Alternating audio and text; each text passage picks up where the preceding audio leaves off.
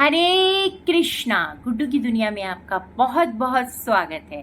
तो आज हम हरी हरी बोल सीरीज में लेकर आए हैं श्रीमद् देवी भागवतम पुराण की श्रवण विधि, श्रवण के महान फल तथा महात्म्य का वर्णन। तो कथा प्रारंभ करने से पहले मैं आप सभी से विनती करना चाहूंगी कि आप कथा को स्किप करके ना सुने, कथा को ध्यान पूर्वक सुने। इसी से आपको कथा का फल प्राप्त होगा और कथा को सुनकर अपनी हाजिरी भी लगा सकते हैं। जय देवी भागवतम कहकर तो कथा प्रारंभ करते हैं।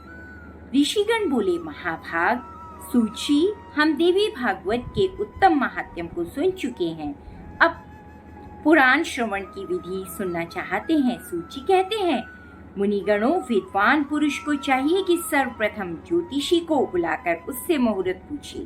श्रेष्ठ मास से लेकर ज्येष्ठ मास से लेकर 6 महीने पुराण श्रवण के लिए उत्तम है। हस्त, अश्विनी, मूल, पुष्य, रोहिणी श्रवण एवं मृगशिरा तथा अनुराधा नक्षत्र पुण्य तिथियां और शुभ ग्रहवार हैं। इनमें कथा आरंभ करने से उत्तम फल प्राप्त होता है। जिस नक्षत्र में बृहस्पति हो उससे चंद्रमा तक गिने। क्रमशः फल यूं समझना चाहिए, 4 तक धर्म प्राप्ति, फिर 4 तक लक्ष्मी प्राप्ति, इसके बाद 1 नक्षत्र कथा में सिद्धि देने वाला, फिर 5 नक्षत्र सुख कर, बाद में 6 नक्षत्र पीड़ा देने वाले, इसके बाद 4 नक्षत्र राजभय उपस्थित करने वाले, तदंतर 3 नक्षत्र ज्ञान प्राप्तियों में सहायक होते हैं। पुराण श्रवण के आरंभ में इस चक्र पर अवश्य विचार कर लेना चाहिए।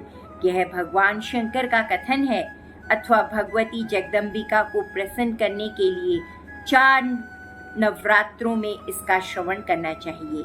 इसके सिवाय अन्य महीने में इसे सुना जा सकता है, परंतु तब भी तिथि, नक्षत्र और दिन के संबंध में विचार करना परम आवश्यक है।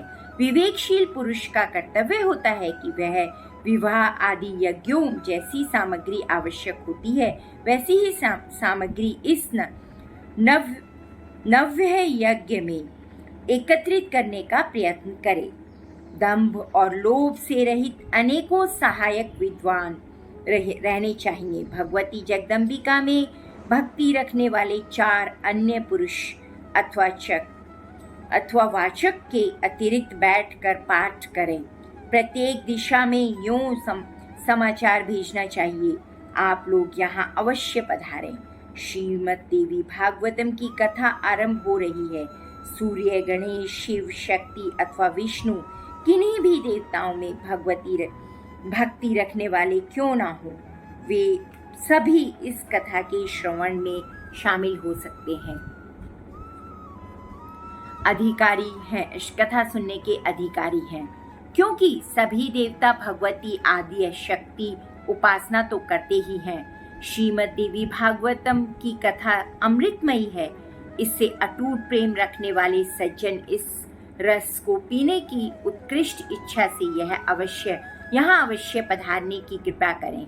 ब्राह्मण आदि चारों वर्ण, स्त्रियां, आश्रयवासी, चाहे सकाम हो या निष्काम, सभी इस कथा रूपी अमृत का पान करने के अधिकारी हैं।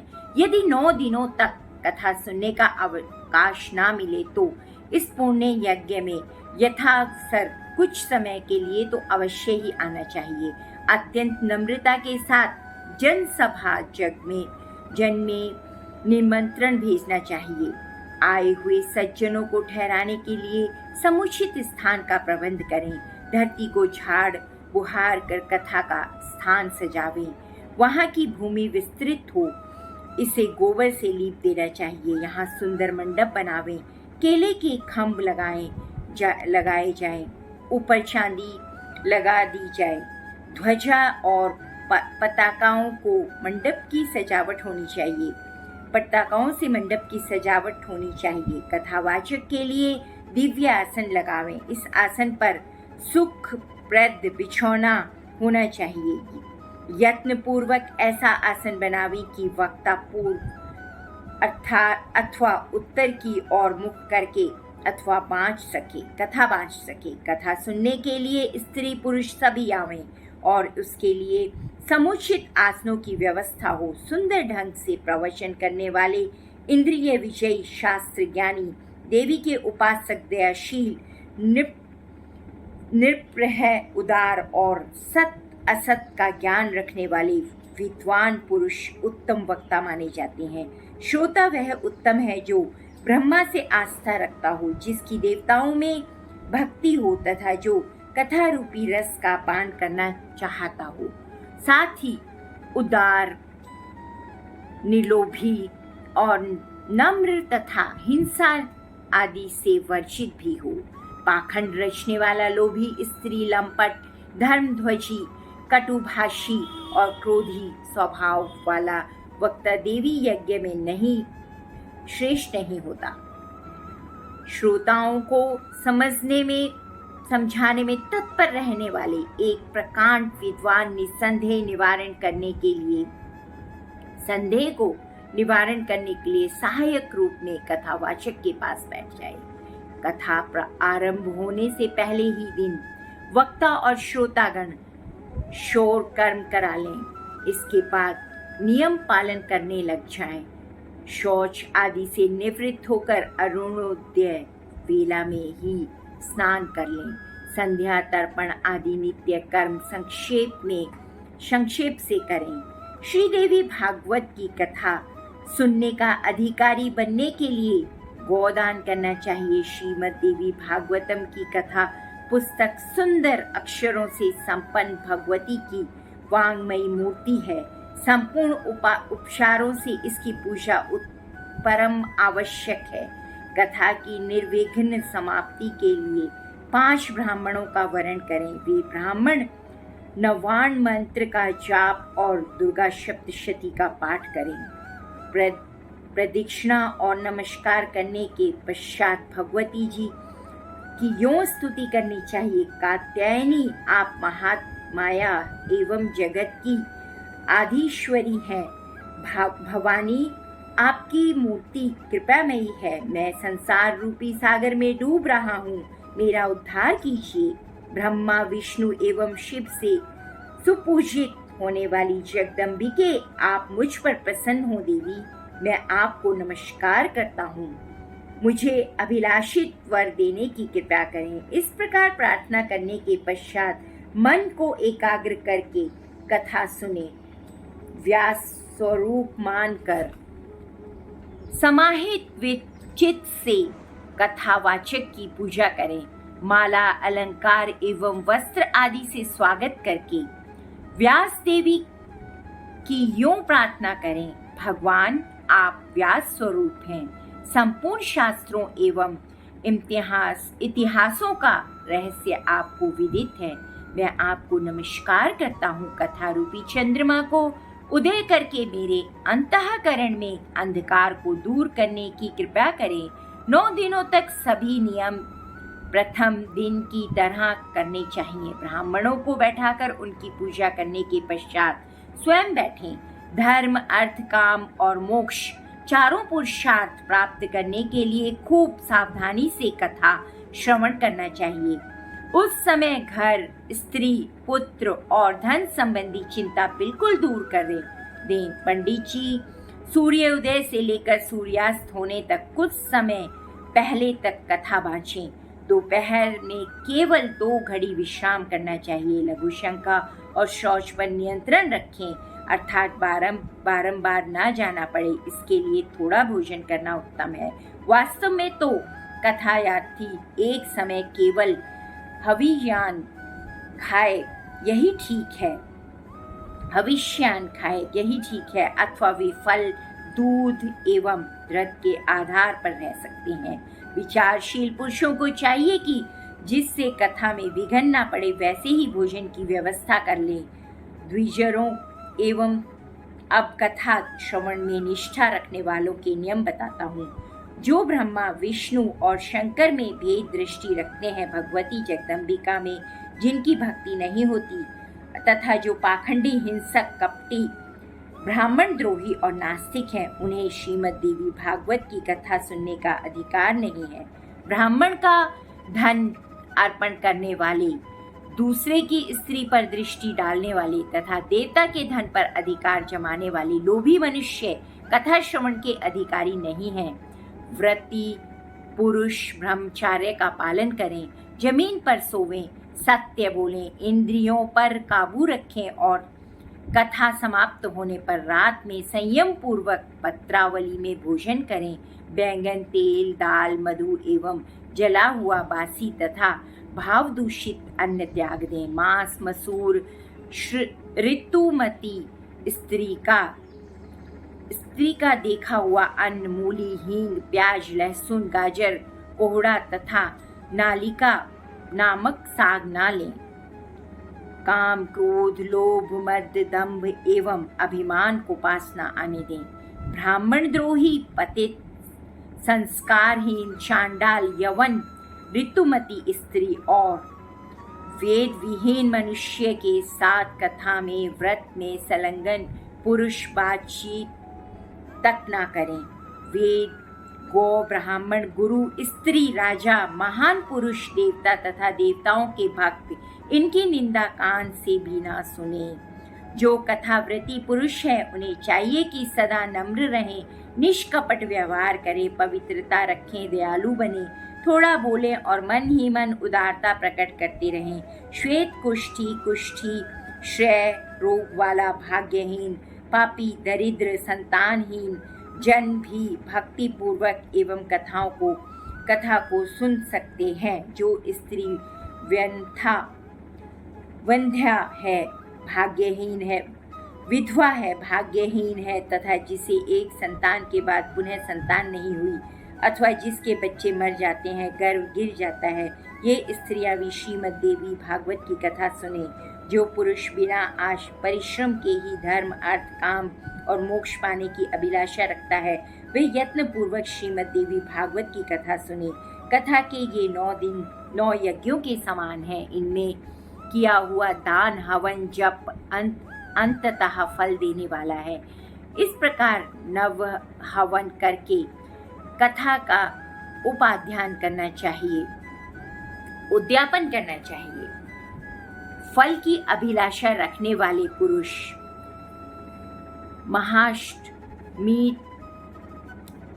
महाअष्टमी व्रत के समान इसका उद्यापन करें। इस प्रकार नव हवन व्रत करके कथा का उद्यापन करना चाहिए। फल की अभिलाषा रखने वाले महाअष्टमी व्रत के समान इसका उद्यापन करें। निष्काम पुरुष कथा श्रवण मात्र से ही पवित्र होकर आवागमन से रहित हो जाते हैं, क्योंकि निज जनों को भोग और मोक्ष प्रदान देना भगवती जगदम्बिका का स्वभाव ही है। पुस्तक और कथावाचक की पूजा प्रतिदिन करनी चाहिए। वक्ता के दिए हुए प्रसाद को भक्ति पूर्वक स्वीकार कर लें। जो पुरुष प्रतिदिन कुमारी कन्याओं को पूजन करता है, जिन्हें जिमाता है और प्रार्थना करता है कि साथ ही सुहासिनी स्त्रियों और ब्राह्मणों को भी भोजन कराता है, उसकी कार्य सिद्धि में कुछ भी संदेह नहीं रहता। कथा समाप्ति के दिन संपूर्ण दोषों के समानार्थ गायत्री सहस्त्र नाम अथवा विष्णु सहस्त्र नाम का पाठ करना चाहिए, जिनके सिमरण और नामोच्चारण से तप, यज्ञ एवं क्रियाओं में न्यूनता नहीं रह जाती। उन भगवान विष्णु का कीर्तन अवश्य करना चाहिए। समाप्ति के दिन दुर्गा सप्तशती मंत्रों से या देवी भागवत के मूल पाठ से एवं नवान मंत्र से हवन करने का विधान है, अथवा गायत्री का मंत्र उच्चारण करके घृत सहित खीर का हवन करना चाहिए, क्योंकि इस श्रीमद् देवी भागवत गायत्री का स्वरूप ही कहा गया है। वस्त्र, भूषण और धन से कथावाचक को संतुष्ट करना चाहिए। कथावाचक के प्रसन्न हो जाने पर संपूर्ण देवताओं की प्रसन्नता उपलब्ध हो जाती है। भक्ति पूर्वक ब्राह्मणों को भोजन कराकर उन्हें दक्षिणा से संतुष्ट करें, क्योंकि ब्राह्मण पृथ्वी पर देवता के स्वरूप है। उनके प्रसन्न होने पर अपनी अभिलाषा पूर्ण हो जाती है। देवी में भक्ति रखने वाला पुरुष सुहागिनी स्त्रियों को और कुमारी कन्याओं को भोजन करावे और उन्हें दक्षिणा देकर अपने कार्य की सिद्धि कर होने के लिए उनसे प्रार्थना करे। सुवर्ण दूध देने वाली गाय, हाथी, घोड़े तथा पृथ्वी आदि का भी दान देना चाहिए। इस दान का अक्षय फल होता है। यह श्रीमद् देवी भागवतम सुंदर अक्षरों में लिखा जाए। इसे रोशनी रेशमी वस्त्र के वेष्टन में लपेटकर सुवर्ण के सिंहासन पर रखें और अष्टमी अथवा नवमी के दिन वार्षिक की पूजा करके उन्हें दें। ऐसा करने से वह पुरुष इस लोक में भोगों को भोग कर अंत में दुर्लभ मुक्ति पा जाता है। पुराण की जानकारी रखने वाला दरिद्र, दुर्लभ बालक, तरुण अथवा बूढ़ा पुरुष भी नमस्कार कराने का अधिकारी है। पूज्य एवं सर्वदा आदरणीय माना जाता है। गुण एवं जन्म देने वाला जगत में अनेकों गुरु हैं, किंतु उन सब की अपेक्षा पुराण का ज्ञाता गुरु ही सर्वश्रेष्ठ समझा जाता है। पुराण की जानकारी रखने वाला ब्राह्मण आदि व्यास गद्दी पर बैठकर कथा बाँच रहा हो तो प्रसंग समाप्त होने के पूर्व किसी को प्रणाम ना करें। पुराण की कथा परम पवित्र है। जो इससे उपेक्षा बुद्धि से सुनते हैं उन्हें फल तो मिलता ही नहीं, उल्टे दुख और दरिद्र भोगने पड़ते हैं। पुराण के जानने वाले पुरुष को आसन, पात्र, द्रव्य, फल, वस्त्र और कंबल देने वाले बड़भागी जन भागवत के अधिकारी होते हैं। जो पुस्तक को रेशमी वस्त्र और सूत्र से वैशिष्ट करके दान करते हैं, उन्हें पुरुषों को अनेक सुख दे भोगने का अवसर मिलता है। यदि कोई पुरुष जिस किसी प्रकार से भी देवी भागवत की 9 आवृत्तियां सुन चुका हो, उसके फल का कहाँ तक वर्णन किया जाए। वह तो जीव मुक्त हो जाता है। राजा से शत्रुता हो जाए, हैजा आदि महामारी का प्रकोप हो, अकाल पड़ जाए अथवा राष्ट्र विप्लव हो, तो इस सब के भय की शांति के लिए यह देवी भागवत सुनना चाहिए। द्विषगणों, भूत प्रेत संबंधी बाधा शांत करने, शत्रु से राज्य पाने तथा पुत्रोत्सव होने के लिए इस देवी भागवत का श्रवण परम आवश्यक है। श्रीमद् देवी भागवतम के आधे श्लोक अथवा आधे पद का भी श्रवण पठन करने वाला पुरुष परम पद का अधिकारी हो जाता है। स्वयं भगवती जगदम्बिका के श्रीमुख से आधा श्लोक ही निकला। तत्पश्चात शिष्य परंपरा से उसी का इतना विस्तृत देवी भागवत तैयार हो गया। गायत्री से बढ़कर ना कोई धर्म है, ना तपस्या है, ना देवता हैं और ना भजने योग्य ही है। गायत्री शरीर की रक्षा करती है, अतएव इसे गायत्री कहते हैं। वही गायत्री इस देवी भागवत में अपने रहस्यों सहित विद्यमान है। यह देवी भागवत पुराण जगदम्बिके को प्रसन्न करने का अचूक साधन है। श्रीमद् देवी भागवत परम पावन पुराण है। ब्राह्मणों का यह एकमात्र धन है। नारायण स्वरूप धर्मनंदन युधिष्ठिर ने इससे धर्म की पर्याप्त व्याख्या की है। गायत्री का रहस्य निवास भूत भगवती के मणिद्वीप का वर्णन एवं स्वयं भगवती द्वारा हिमालय से कही गई गीता का वर्णन भी इसमें है, जिसने संपूर्ण प्रभाव को महान देवतागण जिनके संपूर्ण प्रभाव को महान देवतागण भी नहीं जान पाते, उस भगवती जगदम्बिका के चरणों में निरंतर प्रणाम है। जिनके चरण कमलों की धूलि के प्रभाव से ब्रह्मा जी इस जगत की सृष्टि करते हैं, विष्णु पालन करते हैं और रुद्र संहार करने में सफल होते हैं, उन भगवती जगदम्बिका के चरणों में निरंतर प्रणाम है। मणि द्वीप पर भगवती जगदम्बिका का भव्य भवन विराजमान है। वह भवन चिंतामणि आदि रत्नों से बना हुआ है। अमृत से भरे कूप और दिव्य वृक्ष उनकी शोभा बढ़ाते हैं। भगवती शंकर के हृदय में स्थान पाने वाली प्रसन्न वंदना भगवती जगदम्बिका वहाँ विराजती हैं।